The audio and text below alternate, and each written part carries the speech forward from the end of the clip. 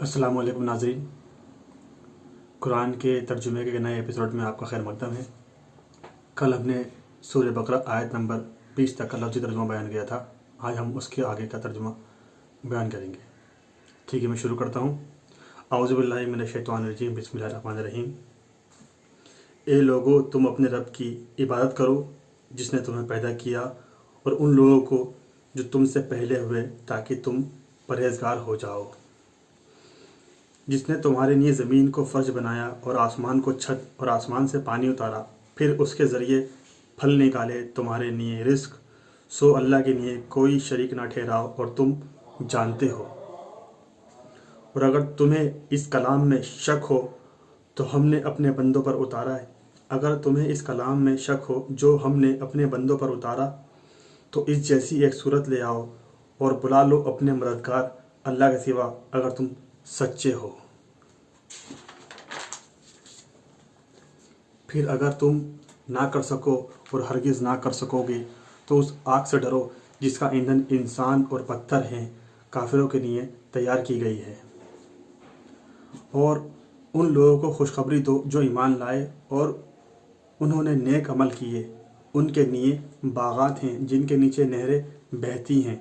जब भी उन्हें उससे कोई फल खाने को दिया जाएगा, वे कहेंगे ये वैसा ही है जैसा हमें इससे पहले दुनिया में खाने को दिया गया था, हालांकि उन्हें उससे मिलता जुलता दिया गया था। और उनके लिए उसमें बीवियां हैं पाकीज़ा, और वे उसमें हमेशा रहेंगे। बेशक अल्लाह नहीं शर्माता कि कोई मिसाल बयान करे जो मच्छर जैसी हो या ख्वाह उससे ऊपर बढ़कर। सो जो लोग ईमान लाए वे तो जानते हैं कि वे उनके रब की तरफ से हक़ है। और जिन लोगों ने कुफ्र किया वे कहते हैं अल्लाह ने इस मिसाल में क्या इरादा किया।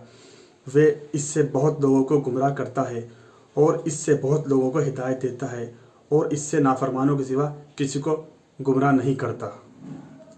जो लोग अल्लाह से किया गया अहद तोड़ते हैं पुख्ता इकरार करने के बाद और उसको काटते हैं जिसके बारे में अल्लाह ने हुक्म दिया था कि वे उसे जोड़े रखें, और वे ज़मीन में फसाद फैलाते हैं, वही लोग नुकसान उठाने वाले हैं। तुम किस तरह अल्लाह का कुफ्र करते हो और तुम बेजान थे। सो उसने तुम्हें ज़िंदगी बख्शी, फिर वे तुम्हें मारेगा, फिर तुम्हें जिलाएगा, फिर उसी तरफ लौटाए जाओगे। वही है जिसने तुम्हारे लिए पैदा किया जो ज़मीन में है, सब का सब। फिर उसने आसमान की तरफ कसद किया, फिर उनको ठीक बना दिया। 7 आसमान, और वे हर चीज़ को जानने वाला है। और जब तुम्हारे रब ने फरिश्तों से कहा कि मैं ज़मीन में एक नाइब बनाने वाला हूँ, उन्होंने कहा क्या तू उसमें बनाएगा जो उसमें फसाद करेगा और खून बहाएगा, और हम तेरी तारीफ़ के साथ तुझको बेऐब कहते हैं और तेरी पाकीज़गी बयान करते हैं। उसने कहा बेशक मैं जानता हूँ जो तुम नहीं जानते। और उसने आदम अलैहिस्सलाम को सब चीज़ों के नाम सिखाए, फिर उन्हें फरिश्तों के सामने किया, फिर कहा कि मुझे उनके नाम बतलाओ अगर तुम सच्चे हो। उन्होंने कहा तू पाक है, हमें कोई इल्म नहीं मगर सिर्फ वे जो तूने हमें सिखा दिया, बेशक तू ही जानने वाला हिकमत वाला है। उसने फरमाया ए आदम, उन्हें उनके नाम बता दे। सो जब उसने उनके नाम बताए, उसने फरमाया क्या मैंने नहीं कहा था कि मैं जानता हूँ छुपी हुई बातों आसमानों और ज़मीन की, और मैं जानता हूँ जो तुम ज़ाहिर करते हो और जो तुम छुपाते हो। और जब हमने फरिश्तों को कहा तुम आदम को सजदा करो, तो इब्लीस के सिवा उन्होंने सजदा किया। उसने इनकार और तकब्बुर किया और वे काफिरों में से हो गया। और हमने कहा ए आदम, तुम रहो और तुम्हारी बीवी जन्नत में, और तुम दोनों उसमें से खाओ जहाँ से चाहो इत्मीनान से, और ना करीब जाना उस दरख्त के, वरना तुम हो जाओगे जालिमों में से। फिर शैतान ने उन दोनों को फुसलाया उससे, फिर उन्हें निकलवा दिया उस हालात में जिसमें वे थे, और हमने कहा تم اتر جاؤ، بعض تمہارے بعض ایک دوسرے کے دشمن ہیں اور تمہارے لیے زمین میں ٹھکانہ ہے اور ایک وقت تک سامنے زندگی ہے۔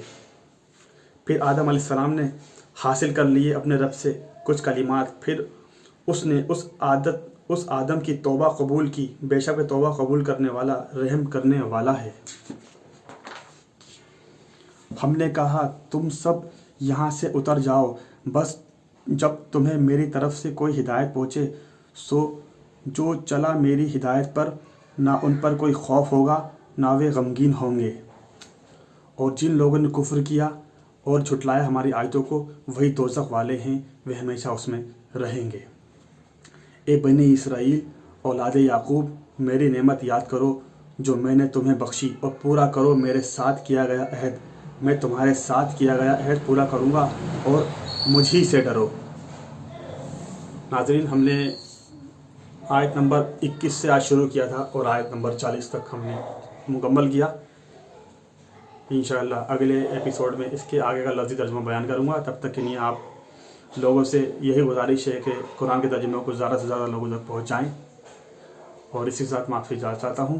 السلام علیکم ورحمۃ اللہ وبرکاتہ۔